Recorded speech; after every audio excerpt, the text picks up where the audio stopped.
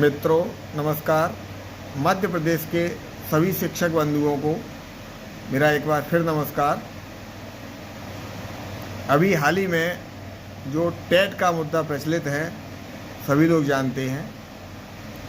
जिस व्यक्ति को सेवारत रहते हुए 20 साल हो गए, 20 साल के बाद उससे कहा जा रहा है कि तू टेट की परीक्षा दे। मैं पूछना चाहता हूँ सुप्रीम कोर्ट से कि क्या वे लोग 20 साल बाद परीक्षा देने के लिए तैयार हैं? अगर हैं तो सबसे पहले जजों की परीक्षा करवाएं, और ख़ास तौर से मैं कहना चाहता हूं उन जजों की जो कॉलेजियम के द्वारा चयनित हैं और जिन्होंने अपने जीवन में कभी कोई परीक्षा नहीं दी। और मैं स्पष्ट तौर से कहना चाहता हूं कि उनकी नियुक्ति गैरकानूनी है। लेकिन एक कहावत है कि अम्मा तो सबसे कहे, अम्मा से कहे कौन, सबल को अच्छा बोलना, निर्बल को है मौन।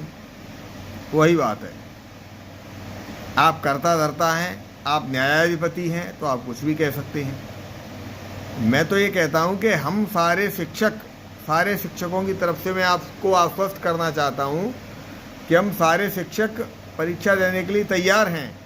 लेकिन शर्त एक है कि आप सारे जज भी परीक्षा दीजिए, सारे आईएएसओ से भी परीक्षा लीजिए, और हम शिक्षक तैयार हैं। डॉक्टरों से भी परीक्षा लीजिए, सभी विभागों के जो लोग हैं उनसे 20-20 साल बाद सबसे परीक्षा लीजिए, और हम शिक्षक भी तैयार हैं परीक्षा देने के लिए।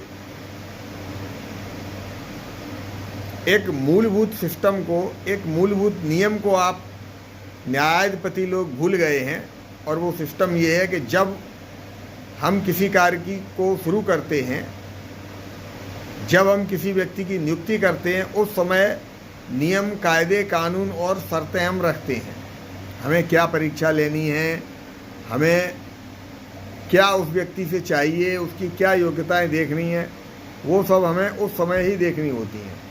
उसके बाद उस व्यक्ति से कहना कि नहीं भाई तुम्हारे अंदर ये कमी है, ये सिवाय अन्याय के और कुछ भी नहीं है। और ऐसे तुच्छ किस्म के अन्याय की उम्मीद कम से कम जजों से तो नहीं थी। मैं एक बार फिर सिर्फ इतना ही कहना चाहूँगा कि जज लोगों का कानून का ये जो कार्य है वो बिल्कुल ही निहायत ही घटिया है और न्याय से बिल्कुल परे है, 100% दूर है।